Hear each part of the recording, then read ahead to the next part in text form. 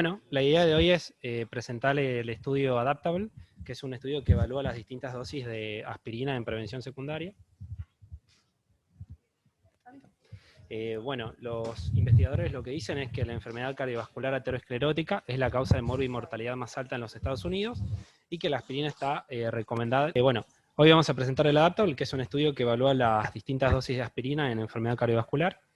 Los investigadores dicen que la enfermedad cardiovascular aterosclerótica es una de las principales causas de morbimortalidad en los Estados Unidos y que, como ya sabemos, la aspirina es recomendada en estos pacientes. Dicen que hay distintos estudios que tienen resultados discordantes en cuanto a los riesgos y beneficios de la aspirina según su dosis. De hecho, la última guía americana, ¿no?, del 2014 de síndrome coronario sin elevación, si bien dice que estos pacientes tienen que tener aspirina, deja abierta la posibilidad de usar 81 versus 325 miligramos. Entonces, para sacarnos esta duda, se diseñó este estudio, que es un trial pragmático, open label, randomizado, controlado, que busca evaluar si una dosis de 325 puede reducir el riesgo de muerte por cualquier causa o eventos cardiovasculares en enfermedad cardiovascular establecida. Los endpoints del estudio fueron el primario de efectividad, un compuesto por mortalidad de cualquier causa, hospitalización por IAM u hospitalización por stroke, y un endpoint primario de seguridad, que evalúa la hospitalización por sangrado mayor con requerimiento transfusional. Los criterios de inclusión, bueno, no vamos a leer todo esto, pero eran básicamente cualquier paciente que tenía una indicación de aspirina en prevención secundaria por enfermedad cardiovascular aterosclerótica ya establecida, más un factor de riesgo cardiovascular como lo que vemos todo el tiempo, por ejemplo, hipertensión arterial, más de 65 años, dislipemia. Y los criterios de exclusión, sí, estos serán la alergia a la aspirina, sangrado gastrointestinal en el último año, el uso de anticoagulación o ticagrelor y la presencia de pacientes embarazadas o puérperas. En cuanto al diseño, todos los pacientes eran identificados y seleccionados en base a estos criterios, pero todos se los sacaba de distintas bases de datos, ¿sí? De hecho, la población disponible, digamos, para el estudio eran 500.000 personas, ¿sí?, que eran los que formaban parte de estas distintas bases de datos. Después de esto, los pacientes, digamos, ellos si daban el ok de ser participantes del trial, firmaban el consentimiento de forma electrónica y hacían una self-randomization, digamos, que se randomizaban ellos mismos en el portal, ¿sí?, en el portal web. De ahí la randomización era 1 a 1, 81 versus 325, y el seguimiento era totalmente virtual o telefónico, ¿sí?, ya sea por consultas virtuales o por teléfono. Importante remarcar que el primer contacto se realizaba entre la primera y tercera semana posterior a la randomización para confirmar la adherencia de la dosis, y de ahí eran seguimientos cada 3, 6, 12 meses y después cada 6 meses. Y que las características, digamos, y los antecedentes de cada paciente eran reportados por ellos mismos en el momento de aceptar entrar al trial y de realizar la randomización. De estos, digamos, 500.000 pacientes que estaban disponibles, 15.000 aceptaron ser digamos, participantes del estudio. Fueron randomizados entre abril del 2016 y junio del 2019. Terminaron participando casi 40 centros en Estados Unidos. Del seguimiento, el promedio fue de 26.2 meses. Y en cuanto al follow-up, se realizó en un 88% de forma online y un 12% de forma telefónica. En cuanto a las características basales, no había muchas diferencias. La población, la edad media era de 67 años, había un 30% de mujeres en el estudio, más de la mitad de los pacientes, un 54-55%, tenían revascularización previa. Y en cuanto a los participantes, al momento de la randomización, un 90-91% de los pacientes ya venían utilizando aspirina. De estos, un 85% tomaban una dosis de 80 miligramos y un 12-15% tomaban 320 miligramos. Bueno, pasando un poquito a los resultados del endpoint primario de efectividad, como vemos las curvas, en amarillo están la dosis de 80 miligramos y en azul la de 325, se superponen totalmente. No hubo diferencias significativas entre, recordemos que este era un outcome de muerte, hospitalización por IAM o stroke. Acá tenemos el hazard ratio de 1.02 con una P no significativa, 0.75. Y el endpoint primario de seguridad también de sangrado mayor tampoco fue significativo, tenía una P de 0.4 prácticamente igual. Acá están desglosados, no nos vamos a detener mucho en esto, desglosados los distintos outcomes, pero abajo sí es más interesante remarcar que hubo mucho crossover, digamos, mucho switching de las dosis de aspirina entre ambos grupos, ¿sí? Casi un 25% de los pacientes terminaron cambiando de dosis de aspirina, digamos, a la que no habían sido randomizados. Un 7% del grupo de 80 miligramos terminó tomando 320 y un 41% del grupo de 300 terminó tomando 80 miligramos. O sea, fue muy significativa la diferencia. Una gran cantidad de pacientes cambiaron del grupo de 300 al grupo de 80. Y acá podemos ver también que digamos, los días medios de exposición a la dosis de aspirina asignada también fue muy distinta. En el grupo de 80 hubo un promedio de 650 días digamos, de exposición a esta dosis, versus los 325 que solo fueron 430 días. En cuanto al análisis de subgrupo, no, la verdad es que no hubo diferencias significativas en ningún subgrupo. Acá están los pacientes también que venían doblemente antiagregados, tampoco hubo diferencias en ellos, que por ellos no los había nombrado antes. Y bueno, lo que ellos concluyen es que no hubo diferencias significativas en mortalidad, IAM o stroke entre ambos grupos, que los resultados se pueden haber visto afectados principalmente por el crossover entre ambos grupos, que fue muy significativo, digamos, y desigual. Y lo que ellos hacen mucho hincapié a lo largo de toda la publicación es que este estudio demuestra la posibilidad de realizar trials grandes, pragmáticos, siempre hacen un énfasis en esta característica, y randomizados, que bueno, ellos lo realizaron de forma completamente virtual y utilizando solo, digamos, bases de datos, todo electrónico, ¿no?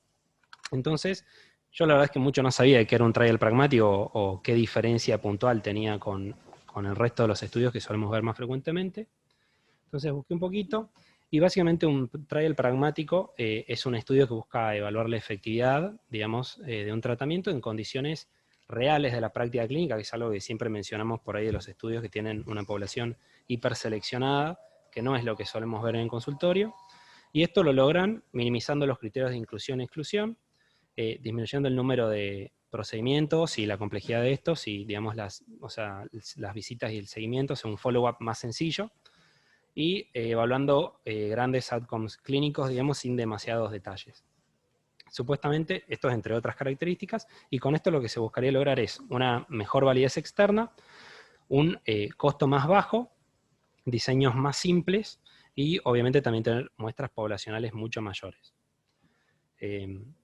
También, como otro ejemplo de un trial pragmático que buscamos, es uno que está actualmente, digamos, en desarrollo, que es el Transform, y que incluye a pacientes, todavía no están los resultados, pero incluye a pacientes que tienen insuficiencia cardíaca, ya sea nueva o crónica, y tienen un deterioro de la función, o una función conservada, pero con BNP elevado, y que al alta se van con diuréticos, o sea, prácticamente la totalidad de nuestra población de pacientes con ICC, y que se randomizan uno a uno, cuando se les da el alta, en furosemidas versus torsemidas.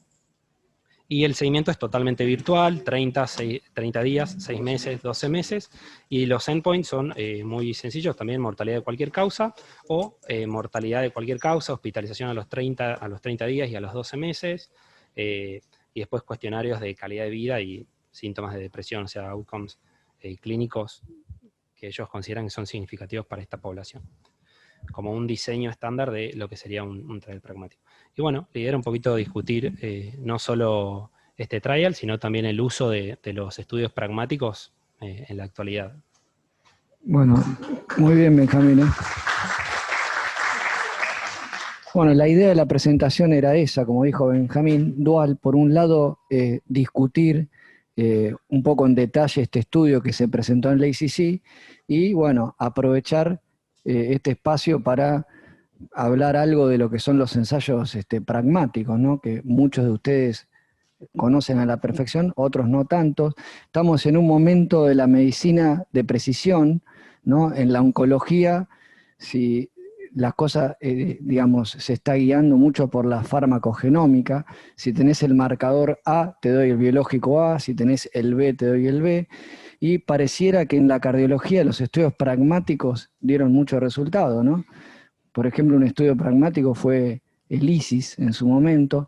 Hace 2 o 3 años otro estudio pragmático fue el de aspirina en diabéticos en Inglaterra, que ese es el estudio ASCEND. Y bueno, fuera de la cardiología, el año pasado estuvo el RECOVERY, ¿no? Que fue el estudio de corticoides contra placebo en el COVID, y fue uno de los estudios que de alguna manera empieza a cambiar el tratamiento en el COVID, en la fase aguda. Una de las cosas que, digamos, el editorialista comentaba de este estudio es que, digamos, le llamaba la atención que, digamos, es tan pragmático como que no tiene, digamos, una hipótesis fisiopatológica previa. Por ejemplo, ellos apostaban a que la dosis alta iba a tener una reducción de eventos del 15%, pero no explicaban por qué. O sea, no decían si esto era porque a esas dosis es más potente o porque hay un efecto pleiotrópico. Eso no lo explicaban. Y bueno, justamente esa es una de las grandes características de un pragmático, que no se basa tanto en el mecanismo. Y un poco la conclusión en el ACC de los tipos, la última diapo ponen: si estás con 325 aspirina y no tuviste complicaciones, seguí con esa dosis, y si tenés que arrancar de nuevo, por ahí con 81. Walter, ¿alguna consideración en particular de aspirina, dosis altas, dosis bajas, y este estudio, digamos, si aporta algo, si cambia algo? No, sí, las dosis recomendadas son de estudios muy viejos que habían usado ese rango de dosis, pero no había cabeza a cabeza comparaciones, así que todo tipo de estudios que traten de poner un poquito más de luz sirven y aportan.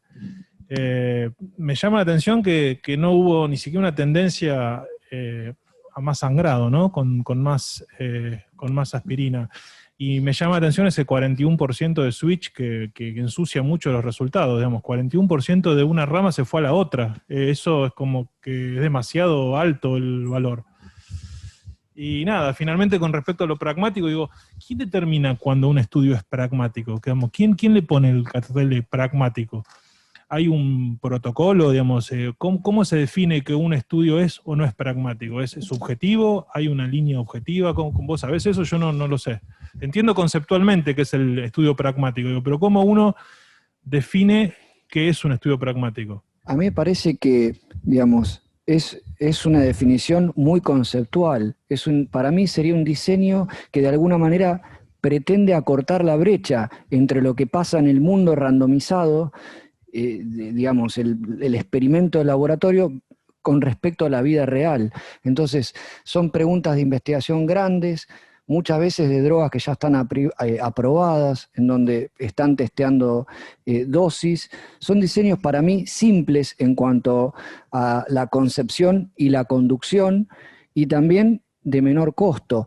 Una cosa interesante acá, que los pacientes entraban al ensayo a través de un portal.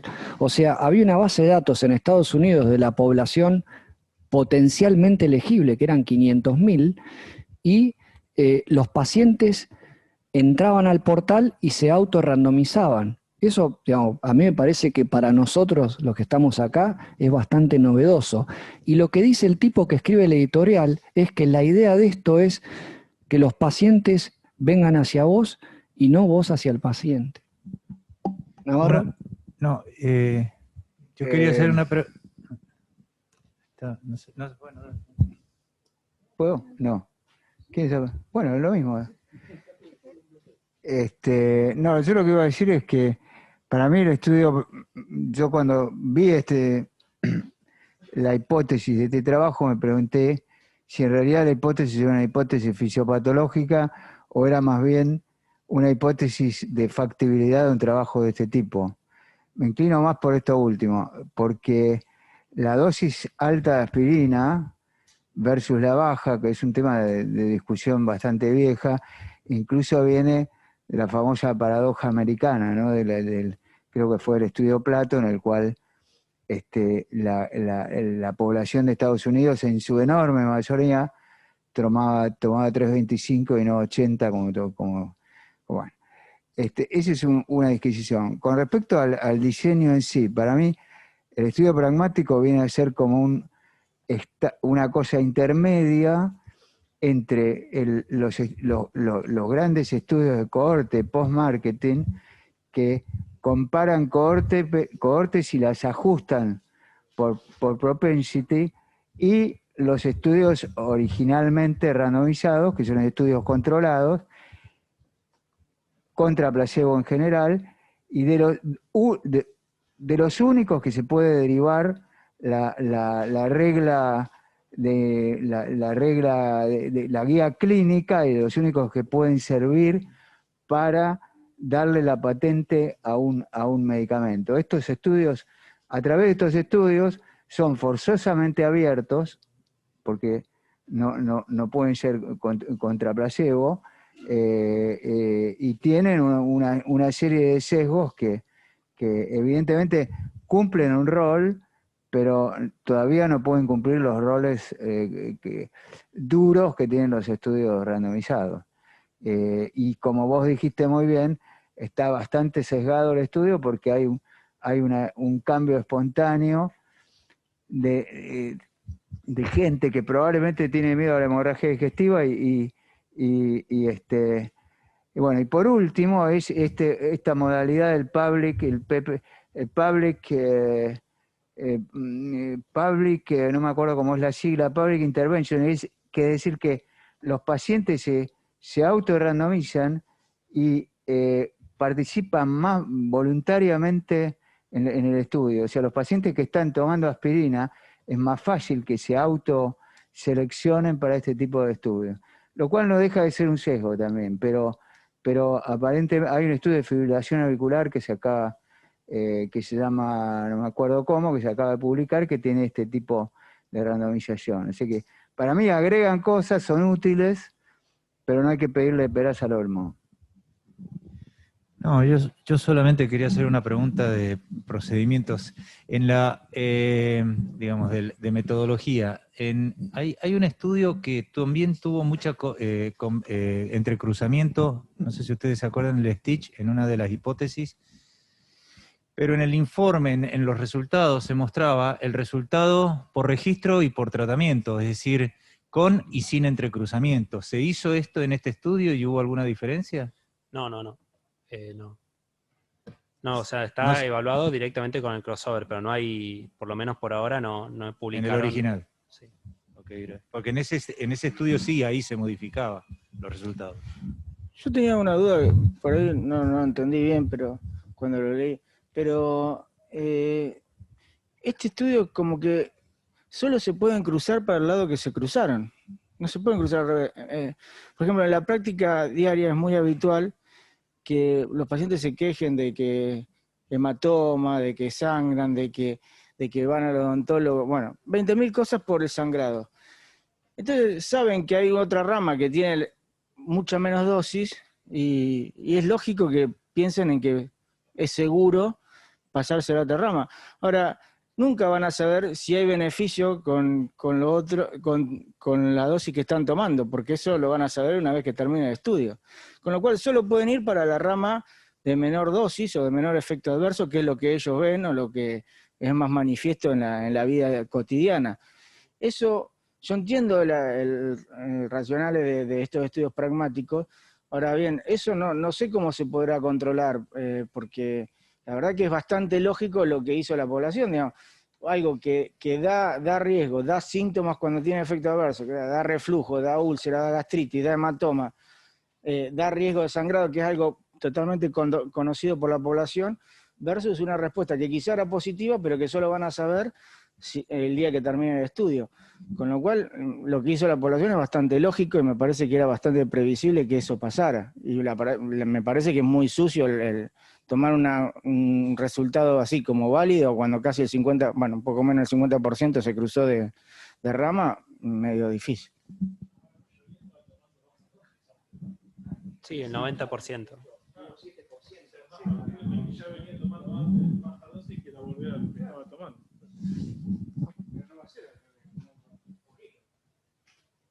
A mí me parece que la hipótesis del estudio no está bien diseñada. ¿Por qué? Porque hicieron un estudio de superioridad. Pensaban que no sé de dónde sacaron que la aspirina 325 iba a ser mejor que la aspirina 80. Y sin embargo hay muchos trabajos que no serán cabeza a cabeza, pero nunca demostraron que 325 era superior. Por lo tanto, tendría que haber hecho un estudio de no inferioridad para ver si eran iguales y si tenían más complicaciones o no. Eso sería el diseño.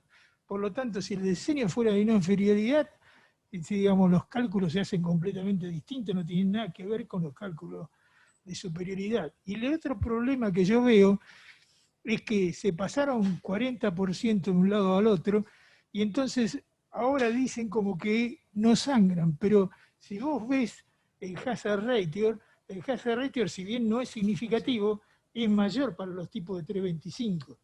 Y no creo que puedan decir que no sangran más cuando hay 40% de tipos. Por eso, con eso 40% no puede decir que no sangra más. O sea que las conclusiones no son así, porque no pueden afirmar que no sangran más los 325, porque en realidad había una tendencia y a lo mejor hubiera sido positiva. El que hace la editorial dice que no sirve para nada este estudio. Sí, yo estoy de acuerdo. No sirve para nada. ¿Por qué? Porque cuando hay esta tasa de cruzamiento que señaló Walter del 40%, todo queda invalidado, absolutamente todo. No solo la efectividad, sino los efectos colaterales y la relación costo-beneficio. Y el tipo lo dice, el de la editorial dice esto no aporta. Con respecto a lo de pragmático o no pragmático, me parece que lo que plantea Walter, ¿qué es? No queda bien definido. Un estudio clínico, si es representativo de una población general a través de que las condiciones de inclusión y de exclusión son amplias, las condiciones de inclusión son amplias y de exclusión muy poco restrictivas, va a representar la vida real y ahí está. O sea, con respecto a si la hipótesis previa o la fisiopatología que sustenta la hipótesis define un estudio, yo diría que no. Hay una hipótesis.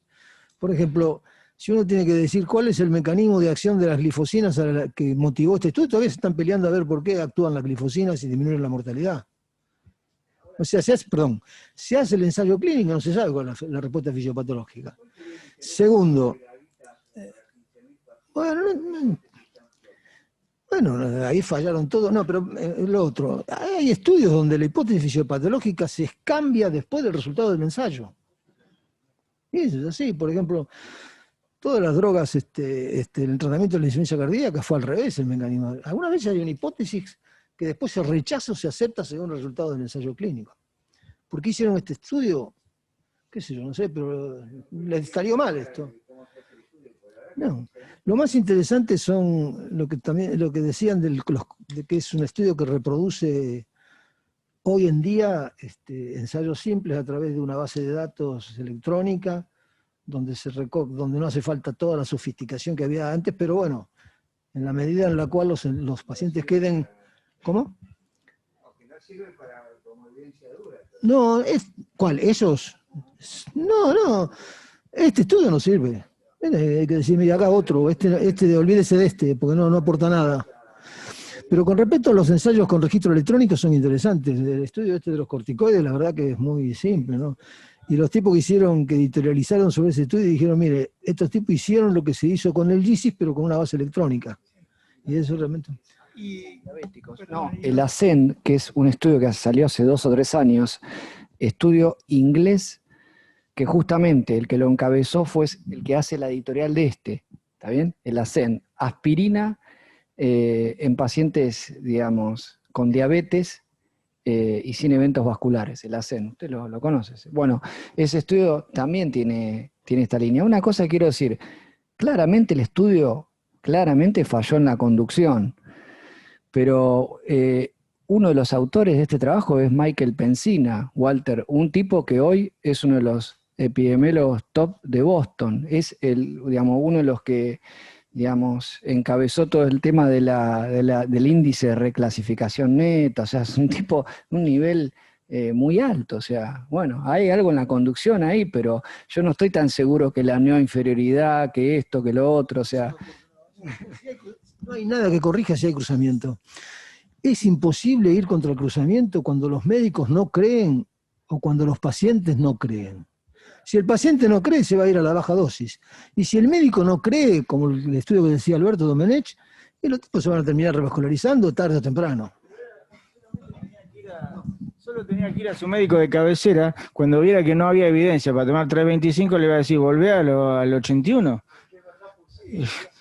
Entonces, Sí, pasó mucho eso. era lógico que iba a pasar lo que pasó, ¿no? Pero el Sí, pasó mucho diseño quizás no es el adecuado. ¿Por qué? Los suecos hacen estudios con bases electrónicas de manera pragmática, pero hacen en clústeres. El trabajo hecho, por ejemplo, de aspiración del trombo en el infarto agudo, lo hicieron en clúster y es un estudio fantástico, y ese estudio recontra pragmático. Hicieron clúster de hospitales, trataron de que los hospitales fueran homogéneos y el resultado fue espectacular. La verdad que, pero este diseño así de este tipo no tiene. Y por eso te estoy diciendo, en clúster, eran hospitalarios. Pero puede haber clúster o no clúster, el problema es que no se vayan de un lado para el otro. Pues si en el estudio del corticoide, si los médicos hubieran creído que había que darle corticoide a todo y todos hubieran desplazado del placebo al corticoide, no hubieran dado. Cuando hay cruzamiento, Pero y el no hay cruzamiento depende en del los paciente o del estudios médico. clúster. En los estudios clúster no hay Pero cruzamiento. estudio, Porque bueno, vos vas a un instituto donde te hacen aspiración, o vas a otro que no te hace aspiración. eso tiene un problema. Cruzamiento. No, eso tiene un problema. Tiene un problema. Primero, que se termina abriendo un poco el ciego. Y en segundo lugar, que si la institución en per se tiene una diferencia, sonaste. No, las Ya instituciones no, pero la espera. randomizaron previamente. Bueno, pero mirate, pero, No, sí, pero aunque la randomice, vos tenés que estar seguro que pero una randomizaron por grupos de hospitales según número de camas y complejidad. ok. Las instituciones, si tienen diferencias, ya le imponen la diferencia propia a ellas. Eran todas las instituciones de Suecia, así que el estudio era fantástico. Una cosa que, en relación a lo que dice Lucho, ahí en la discusión ponen, digamos, una de las causas que puede justificar el crossover es que mientras esto estaba en marcha, salen las guías europeas que dice preferentemente 81. Entonces ahí puede ser que el médico se volcó, ¿entendés? Y justifica ese. Cuando se llamó la atención sobre la American Paradox. Desde el plato que se recomienda usar en el post-síndrome isquémico agudo, de los 80 o 100 miligramos de aspirina. Eso lo sabe toda la sociedad. Y que la aspirina se asocia a sangrado digestivo, toda la sociedad, y más en el último año, donde se propone no dar aspirina. O sea, una cosa que están diciendo todos, los estudios pragmáticos no son de ahora, vienen hace años. Es más, te digo, 1978 fue el primero que los describió, o sea, estamos en 2021. Ahora, ¿por qué no funcionaron si no funcionan con cierto diseño? Porque la validez interna está comprometida. El gran drama que tienen es que la validez interna está comprometida si no se hace bien el diseño. Lo que decía Hernán, lo de los clústeres fue donde más se arrimó al estudio pragmático, ¿no? Clúster no por paciente individual, sino institucional, para dar una respuesta médica. Pero cuando se sonaba en la randomización, la alta problema que tenía de validez interna que tenían este tipo de estudios, es medio complicado, como ustedes están diciendo, de ver los datos para esto. En realidad, todos los estudios pragmáticos se hacen para aumentar la generabilidad de las cosas, ¿no? Pero como dijeron, uno puede ser menos estricto en el criterio de inclusión de un estudio randomizado y poder hacerlo. Esa es la cosa. Pero es interesante, ¿no? Hay una cosa que es, a mí me parece que es describir un poco que estos estudios, si no tienen un diseño muy adecuado y muy fuerte, la validez interna está tan comprometida que a veces los resultados de todo el estudio llevan a esta discusión, ¿no? Donde la verdad el estudio no dice nada. Y otra cosa me parece, es según lo que se evalúa, porque me parece más fácil abordar algo que es intervención que un tratamiento, ¿sí? Me parece que eso le da un poco más de estabilidad al... Claro. Sí. Vos decís, ¿qué quiero hacer un estudio de tratamiento médico versus revascularización? Si el concepto es que la revascularización es mejor, se van a cruzar a revascularización. No, bueno, si esa institución no revasculariza, ya no es comparable a otra que revasculariza. Cuando hay diferencias institucionales en cuanto a la conducta, son eti. Les hago una pregunta. ¿Ustedes que se quedan con un estudio de base de datos post-marketing ajustadas por propensity score o estas randomizaciones sui generis? ¿Qué te parece que tiene más calidad de evidencia? Lo que llaman estudio pragmático. Si son parecidos, si no hay cruzamiento, si no hay sesgos, puede ser, pero en la medida en la cual son observacionales siempre termina habiendo un sesgo metido ahí. Acordate que acá el principio de intención de tratar de los pragmáticos no está. O sea que vos estás sugiriendo un tema cuando no lo tenés. O sea que tenés que ajustar bien lo que uno quiere hacer. Acá no existe, ¿eh?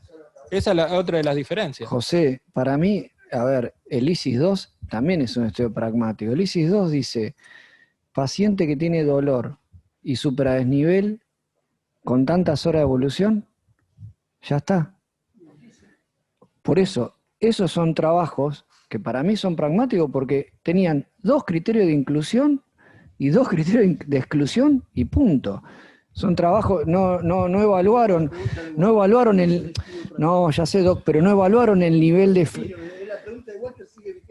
No, seguramente cuando uno va a leer el ISIS, no dice estudio pragmático, 2 puntos, no, era otra etapa, digamos, eran preguntas muy grandes, o sea, estaba el concepto de la apertura de la arteria, y después uno empieza a trabajar sobre riesgo marginal, uno ya sabe que está el trombolítico, está la angioplastia primaria, que está la aspirina, que están los 2PY12, y uno empieza ya a trabajar sobre la disminución del riesgo marginal, o sea, el efecto marginal, y esos trabajos, por definición, son pragmáticos. 2 criterios de inclusión, 2 de exclusión, seguimiento, mortalidad total. Pero los estudios que cambiaron la historia de la cardiología, ¿alguno de ellos fue no pragmático? La trombolisis, los IECA, los betabloqueantes, la espironolactona, ¿cuál de esos fue no pragmático? Todos los ensayos que quedaron indelebles en el tiempo fueron pragmáticos. Si aceptamos esto. Tenían hipótesis, ¿sí? Alguna vez la glifosina, ¿son estudios pragmáticos o no? Son estudios pragmáticos. Dele lo mejor que quiera, pero espera, ahora sigue siendo lo mismo. Dele lo que quiera, pero dele lo mismo a los dos, y según lo que todo el mundo cree que tienen que tomar, porque en cuanto no le das el gol estándar del tratamiento sonaste, y después sobre eso randomice. Hay una frase... Lo que pasa es que cada vez es más difícil encontrar diferencias, pero siguen siendo pragmáticos. Hay una frase de Udelson, que es un tipo que se dedica a insuficiencia cardíaca en relación a una editorial, y dice, lo que dice Cajide, gracias a la medicina de imprecisión hubo tantos avances en reducción de mortalidad con los tratamientos de insuficiencia cardíaca. Cuanto más grande es el efecto, menos vos, por ejemplo, para demostrar, escúchame, para demostrar que la penicilina actuaba sobre la neumonía, y con 20 pacientes se demostró. El problema es que las diferencias son cada vez más chicas.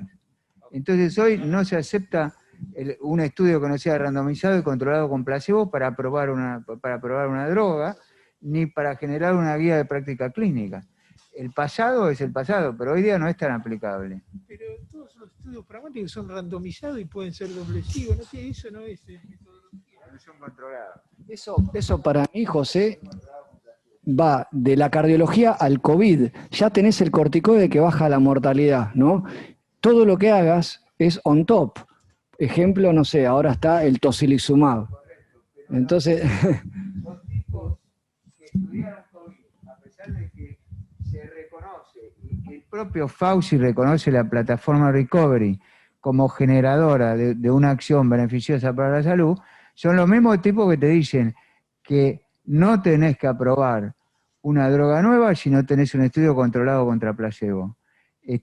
Lo dice Anthony Fauci en una editorial el año pasado, justo en la editorial de la plataforma Recovery, que es muy novedosa, que son varias randomizaciones a la vez, que todo lo que quieras, pero si bien Fauci admite cierta mixtura en los diseños, te dice, de última, cuando vos vas a una droga nueva, no. Una cosa es comparar dosis nuevas de medicamentos conocidos, como fue esto, como fueron los corticoides, y otra cosa es una droga nueva. En ese caso tenés que tener un estudio controlado contra el placebo. Todos los estudios con antivirales, antes que aparecieran los corticoides, que hay cualquier cantidad de estudios, y que vos escuchás que se habla, que esto, que actúa por acá, que actúa por allá, que la respuesta inmunológica, no sirve para nada. No hay ningún estudio que haya aportado nada. Bueno, no, pero no la hidroxicloroquina, otras drogas previas tampoco, otras drogas anticuerpos monoclonales, y todos los que siguieron, porque acá la respuesta es muy sencilla, viejo. Mire, ante la duda, randomice una gran cantidad y trate de ver si se mueren o no se mueren o algún otro punto duro. Y ahí eso lo terminó la historia. Pero, Sí, me parece que estamos lo mismo. Pero José, no toda droga nueva tiene que ser contra placebo. Suponete que hay un nuevo antihipertensivo.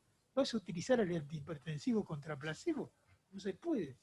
Tenés que utilizarlo contra otra droga. ¿Qué es eso? ¿Una droga nueva? Sí, ¿cómo Tiene que se- ser on top de tratamiento conocido contra placebo. ¿On Si top no- qué quiere decir? Que tomaba 2 drogas y le agregás una droga más. ¿Qué tiene que...? No, pero si vos querés comparar una droga con la otra que es más efectiva, el antihipertensivo no se puede utilizar. No se puede utilizar placebo en antihipertensivo. No, porque agregás una droga, es una droga más. Cuando el tema de la presión es un rango muy cortito, muy bajo de presión, por ejemplo, ¿cómo se llama? El sprint, El sprint. vos ahí podés randomizar, porque hay un margen de Sí, bajar pero la presión. eso es otra cosa. Pero es claro. otra cosa. El Pero no sprint es- acaba de salir los resultados finales hace poquito. Y vuelven a decir que, digamos, el tratamiento de la hipertensión no se debe hacer por los niveles de presión, sino por el riesgo cardiovascular. ¿Sabías eso? Sí, yo coincido con eso. Si las guías te dicen, todas las guías te dicen cosas distintas. ¿Cuál es el nivel de presión? Un tipo con 125, si tiene enfermedad coronaria y si le baja la presión, baja el riesgo. Es lo mismo que el colesterol, todo lo mismo. Claro, exactamente. Bueno, ha sido un estado... Muy bien. Bueno, Clary, vamos al caso. Nos quedan unos minutos para el caso. Bueno, vamos a presentar un caso de un paciente masculino de 75 años de edad, hipertenso, diabético tipo 2 no insulinizado, enfermedad renal crónico con una creatinina habitual entre 1,4 y 1,6, SAOS, con obesidad y con antecedente también de consumo de alcohol. Y como principal antecedente cardiovascular, el año pasado en enero tuvo una internación por insuficiencia cardíaca / tromboembolismo de pulmón, en donde entró con insuficiencia respiratoria aguda, con requerimientos de ARM, tuvo, entre otras cosas, colocación de un Swan-Ganz. En el eco, en esa internación, vieron cavidades derechas dilatadas y por inestabilidad hemodinámica del paciente no se le pudo hacer, digamos, una tomografía. Lo que se hizo en esta internación fue una arteriografía que en realidad no fue concluyente, que ahora la vamos a mostrar, y el paciente igualmente se anticoaguló con bomba de heparina. Después, estando en unidad coronaria, intercurre con un episodio de pancreatitis aguda con falla multiorgánica, por lo que se traslada a terapia intensiva. Además, en terapia intensiva tuvo un episodio de hemorragia digestiva alta con una úlcera Forrest 3, y después de 100 y pico de días de internación se fue de alta al sirio libanés, algo defuncionalizado y bueno, eso. Sí, Santi, ahí decir que el único hallazgo positivo en el eco de enero de Sí. 2020 fue dilatación de las cavidades derechas. Exactamente. Nada más que llamase la atención en ese momento, ¿no? Ujú. Venía medicado con 2,5 de bisoprolol, 40 miligramos cada 12 horas de furosemida y budesonide. Y el último eco es justamente este de la última internación, en donde el ventrículo izquierdo tenía función conservada, con aplanamiento sistodiastólico del septum, con dilatación severa del ventrículo derecho, con su función conservada. Y tenía una insuficiencia tricuspide en ese entonces leve a moderada, con un gradiente ADVD de 33. Y ahora, estando en el sirio, lo que le pasa es que consulta por disnea progresiva, hasta disnea a mínimos esfuerzos, pero sobre todo distensión abdominal, edemas y disminución del ritmo diurético. Sí, una corrección. Ya estaba Santi en la casa con ID. Ah. Bueno, el estudio este se hizo en contexto, como comentaron, ARM, noradrenalina y deterioro de la función renal, así que no se tomó el detalle de ir buscando todas las ramas una por una. se sospechaba como posible causa un TEP masivo, tenía 60 de sistólica en la pulmonar con 30 de diastólica, creo que da 40 de media, y ya se ve el tronco de la pulmonar, la arteria pulmonar izquierda y derecha que estaban libres, creo que hay una fotito al final con sustracción, o sea que al menos cosas severas, proximales, no se veía nada. En este sector hay algo de derrame pleural, eso a veces hace que haga suponer que puede haber alguna obstrucción. Vamos a poner directamente con sustra. Ven acá cómo se empiezan a arrugar, por así decirlo, y amputar un poco. Eso a veces se ve cuando está la compresión del parénquima, y puede haber algún TEP subsegmentario, sobre todo el segmento basal, pero algo, si es algo chiquitito y que claramente no justificaba el cuadro que traía, sin tener nada, o sea, con buena perfusión de la interlobar e incluso hasta subpleural de los dos lóbulos pulmonares. Por eso creo que claramente descartó que sea un TEP masivo o que tuviera compromiso importante. No le podemos poner el sello de no tiene nada, quizás habría que hacer un centellograma BQ, pero claramente al menos esa etiología no era la que le estaba causando el problema. Bueno, al ingreso en esta internación estaba 110-60 de presión, 97% al aire ambiente, 65 latidos por minuto, con buena mecánica, hipoventilación en ambas bases, edemas 3/6 con bastante Godet y regular perfusión periférica. En el laboratorio 11 hemoglobina, 4.500 blancos, 104.000 plaquetas, 135 de sodio y 5 de potasio, 2,3 de creatinina, rebaudizada, él manejaba más o menos 1,5, 170 de FAL y 5.300 de BNP. Sí, y el examen físico le agregaría muy marcada ascitis. Exactamente. Que de hecho esa ascitis se punzó en guardia y dio un gasa mayor a 1.1, es decir, parecía trasudado. Y este es el electro, bueno, medio mala línea basal, pero este es el electro de ingreso. Que, bueno, en realidad no se ve una P sinusal clara, puede llegar a ser esta, pero parece regular. Después el eje está conservado y lo que tiene, que ya tenía previamente, es un bloqueo de rama derecha con T negativas oponentes al bloqueo. Y bueno, en la guardia se le hace un ecocardiograma.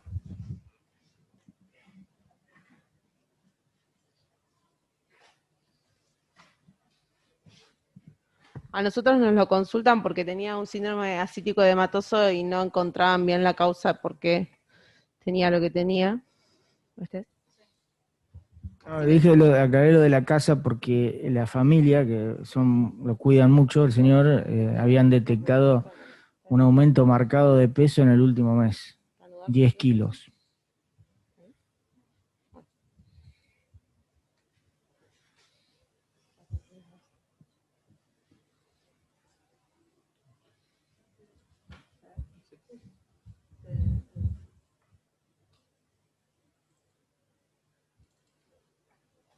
Este es un eje para externar largo, enfocado al tracto de entrada del BD, y se ve que acá hay una insuficiencia tricúspide muy importante.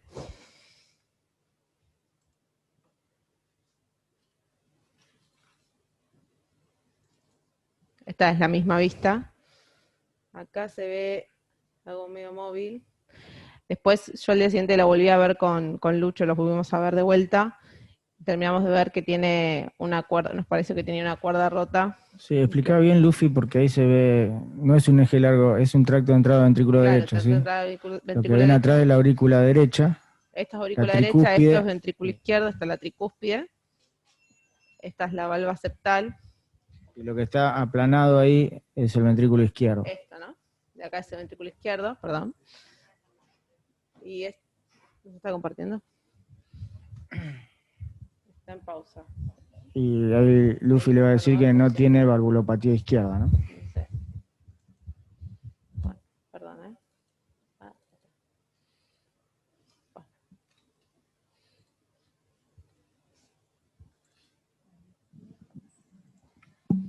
Esto es también enfocando al BD. Acá se ve, este es el seno coronario, aurícula derecha, ventrículo derecho. Están dilatadas las cavidades derechas también y la aurícula derecha. Y tiene disminución de la función contráctil. Seno coronario dilatado y la función del BD Y estaba disminuida también. Acá están las mediciones, 4,9 de ancho y 8,6 de largo. Pasa que era tan masivo el jet que con por eco no se podía cuantificar. Ah, eso fue el año pasado. Fue el año pasado. No tiene otra de este año. Tenía una insuficiencia aórtica leve a moderada. Esto es para ver el ventrículo izquierdo. Tenía el septum que aplanaba en diástole más que nada, por sobrecarga de volumen del lado derecho, y una función del VI en el límite ahí inferior.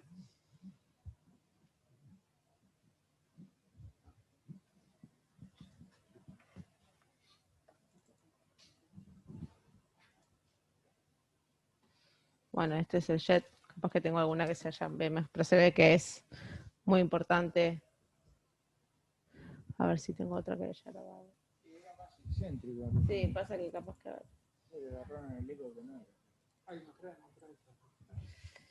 Estas son las mejores ventanas, pero bueno. Sí, el jet iba más hacia el septum interauricular.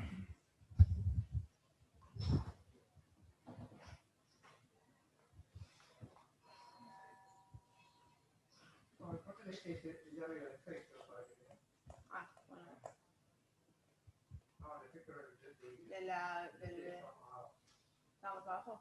No lo vi. Ahí está. Este es el espectro de gradiente ADVD. Fíjense que el flujo anterógrado es igual al retrógrado, ¿no? Eso habla de cantidad, ¿no?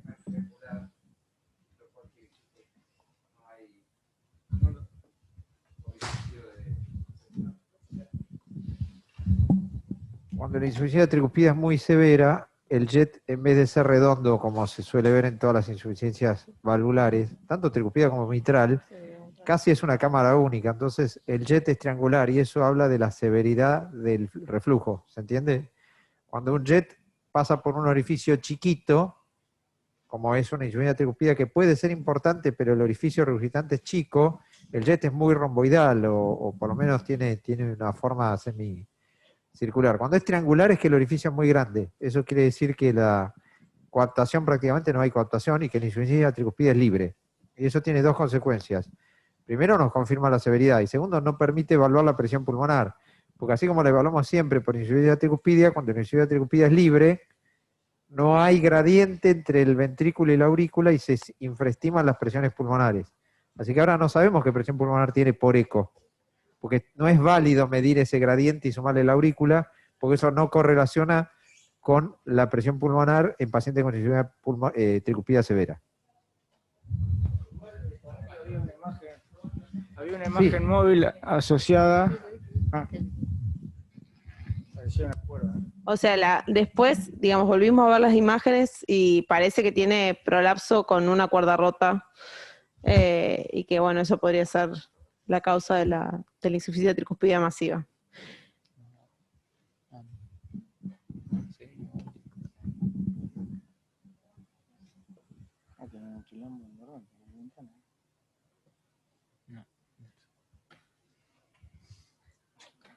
Tengo muchas ventanas abiertas. Bueno, posteriormente el paciente en realidad al principio solamente con diuréticos la respuesta diurética no fue buena, no respondió a bomba de infusión continua de furosemida, tuvo requerimientos de dobutamina, con eso sí, con 4 gamas de dobutamina el paciente comenzó a orinar y actualmente más o menos lleva unos 15 litros de balance negativo. Y bueno, con respecto a la discusión, digamos, estamos en presencia de una IT masiva primaria, pensamos, el paciente tuvo, digamos, colocación de un SWAN en la internación previa, tuvo una arteriografía pulmonar y demás, con mucha insuficiencia cardíaca derecha, y los aspectos a discutir serían, digamos, si iríamos por el tratamiento médico o bien iríamos por el tratamiento médico y una eventual resolución quirúrgica de la insuficiencia tricuspida primaria, sabiendo que no hay valvulopatía izquierda, ¿no es cierto?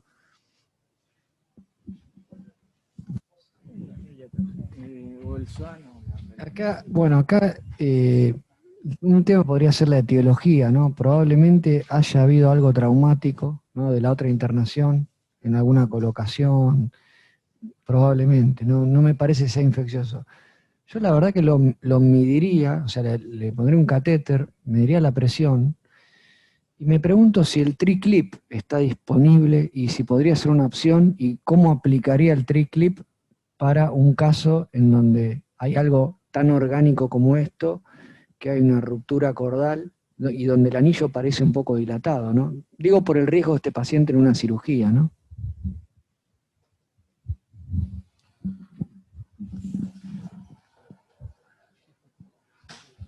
Bueno, brevemente un repaso de los tratamientos endovasculares de la tricúspide. Hay en desarrollo, lo más avanzado es el TriClip, como decía, y el Pascal, que serían dos agarradores de borde libre. No está disponible todavía en Argentina, la empresa no lo tiene registrado y no lo quiere tener para Latinoamérica en el próximo corto plazo, y hay ya un registro de casi 100 pacientes con 1 año de seguimiento. Después están las anuloplastias, que también hay un registro importante, y lo que más se viene creo son las válvulas directamente percutáneas, que todavía está medio verde. Y después están los tratamientos que algunos consideran más paliativos y que puede que el año que viene o en 2 años tengamos alguna disponible, que son las válvulas bicavas, o sea, poner una válvula en la cava superior o en la cava inferior y dejar a la aurícula del ventrículo como una única cámara para aliviar los síntomas, que algunos lo consideran más paliativos. Lamentablemente en este momento, para ofrecerle al paciente y en el corto plazo, no tenemos nada disponible.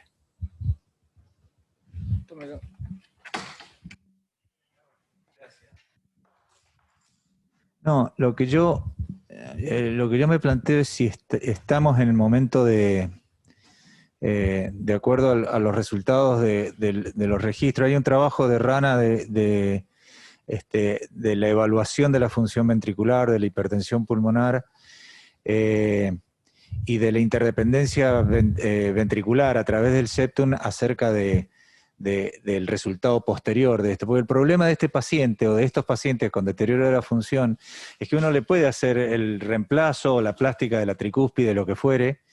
El problema es el después. Todos estos pacientes se clavan en el postoperatorio en su función izquierda, porque el ventrículo derecho empieza a tener un sentido unidireccional, ¿sí?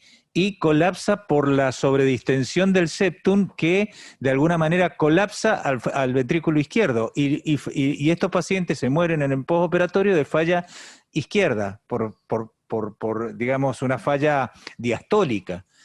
Lo hemos visto en los pacientes con insuficiencia tricuspidias pasadas y deterioro severo de la función derecha, reoperaciones. Así que, digamos, no por la parte técnica de la tricúspide no creo que sea compleja, sino por lo que viene después de la cirugía de este tipo. Sí, en este paciente... Es poco adaptable, ¿no? En este paciente lo que nos habíamos planteado, sí esto que llama el tratamiento en la válvula derecha directamente sin requerir intervención en la válvula izquierda, la verdad que es más raro. Obviamente se está haciendo, pero lo que nos condicionaba mucho es la falla ventricular derecha. Habíamos pensado cuando haga balance negativo hacer una resonancia para tratar de cuantificar más objetivamente y ver. A mí me impresionó mucho, Lucho, esa imagen de un ventrículo izquierdo. Claro, no sé el balance que tenía en ese momento, pero un ventrículo izquierdo filiforme prácticamente, ¿no? No sé. Si uno toma la guía, como dijo Lucho, es poco prevalente la insuficiencia tricuspidea primaria aislada, pero cuando es sintomática y como esta y severa, tiene indicación de intervención. Lo que después hay que ver si el paciente es pasible de ser intervenido. Pero la indicación en insuficiencia tricuspidia grave sintomática es la intervención. El problema que acá yo creo que hay, además de todo el riesgo que pueda tener el paciente, es que entiendo que tenía hipertensión pulmonar previa a todo esto. Bueno, tanto es así que alguien sospechó un TEP masivo. Entonces acá hay otro problema, no es una circulación pulmonar normal que tiene una insuficiencia tricuspidia severa. El señor tiene hipertensión pulmonar de alguna causa, tal vez izquierda, tal vez lo que fuere, y cerrarle la tricúspide podría favorecer más aún la claudicación del ventrículo derecho, porque yo creo que la hipertensión pulmonar la debe seguir teniendo, salvo que haya habido algún fenómeno reversible que ahora no esté, y tuviera la tricúspide grave, cardíaca grave en ese momento que no esté, pero si no, tenía 60.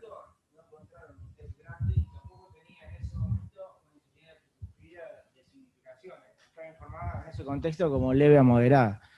Pero bueno, lo que sí, estoy de acuerdo con Mariano, pero no es lo mismo un ventrículo derecho normal que un ventrículo derecho con disfunción, a la hora de encarar una intervención, ¿no? Esto ya discutimos en alguna oportunidad que los pacientes adictos que se infecta la válvula tricuspidia, en algunos momentos se hacía resección completa de la válvula tricúspide, los enfermos quedaban con insuficiencia tricuspidia evidente, uno lo veía en el cuello y tenía un latido venoso, pero no hacía insuficiencia derecha de ningún tipo si no tenían hipertensión pulmonar. O sea que para que haga insuficiencia derecha, seguro que tiene hipertensión pulmonar. Ahora, si tiene hipertensión pulmonar, habría que medirlo, digamos, y en realidad no sería quirúrgico, porque si tiene hipertensión pulmonar y tratamos de solucionar la tricúspide, el paciente se va a morir en el posoperatorio. Claro, sí, seguro. Porque tiene 15 litros balance negativo. Ese artículo menciona la diferencia, la paradoja de lo que... Hay una cosa que se llama la paradoja del ventrículo derecho. Llamativamente, los pacientes que tenían algún grado de hipertensión pulmonar significaba que el ventrículo derecho todavía tenía función como para aceptar esa poscarga del ventrículo del circuito pulmonar. O sea que esos serían ventrículos más remodelados, más aptos para bancarse el cierre de la tricúspide. Es llamativo. Lo peor de todo es el paciente que tenía severo deterioro de la función derecha y no tiene hipertensión pulmonar. Ese va a andar mal de todas maneras. Pero la pregunta es, la pregunta que yo me hago si esto estamos en un paciente donde su problema es la insuficiencia tricuspidia, o si la insuficiencia tricuspidia es la consecuencia de su problema. Entonces, creo que... Porque sí, está bien, pero si el señor el año pasado tenía 40 de media en la pulmonar, y por eso no tenía hipertensión pulmonar, o sea, o ahora no le podemos ver, como rompe la cuerda, y por lo que explicó Mariano, no le podemos cuantificar la presión pulmonar que tiene el eco. Tal vez el problema, lo que el paciente tiene, es un problema en la poscarga del ventrículo derecho, y por eso está haciendo insuficiencia cardíaca y tiene ascitis, y viene como un paciente más de hipertensión pulmonar, al cual no se le identificó la hipertensión pulmonar, y que lo que hay que hacer es tratar la hipertensión pulmonar. O sea, yo creo que le pondría un SWAN, le mediría el volumen minuto, le mediría la capilar, le mediría un... La pregunta es, ¿qué tan efectivo es el SWAN para aclarar este tema? Porque la presión pulmonar la sistólica va a estar amputada porque se va todo para atrás en sístole.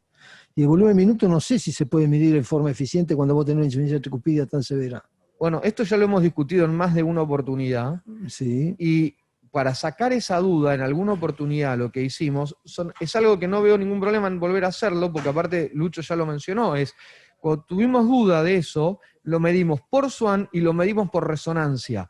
Y la correlación de lo que medimos, me acuerdo en ese paciente, por SWAN y por resonancia fue exactamente lo mismo, porque se midió por el volumen minuto. El volumen minuto, porque se nos había generado la misma duda. Entonces, para dilucidar eso, se hizo el SWAN y se hizo la resonancia, y había dado exactamente lo mismo. ¿Y a qué conclusión llegás eso? No, hay que medirlo, claro que sí. Va a dar mal, nosotros hicimos muchos. La recirculación que ocurre con la insuficiencia tricuspidia hace que el área aumente y caiga el volumen minuto falsamente. Por lo tanto, el volumen minuto no tiene ningún valor en pacientes con esta insuficiencia tricuspidia con SWAN-GAN. Sí, las presiones. ¿Sí? Uno puede medir la presión capilar, puede medir... Bueno, y hay que hacerle un fix, porque el de la termodilución no sirve para eso. No, pero se puede medir por FIC y por reso puede medir los flujos se miden los flujos por la reso.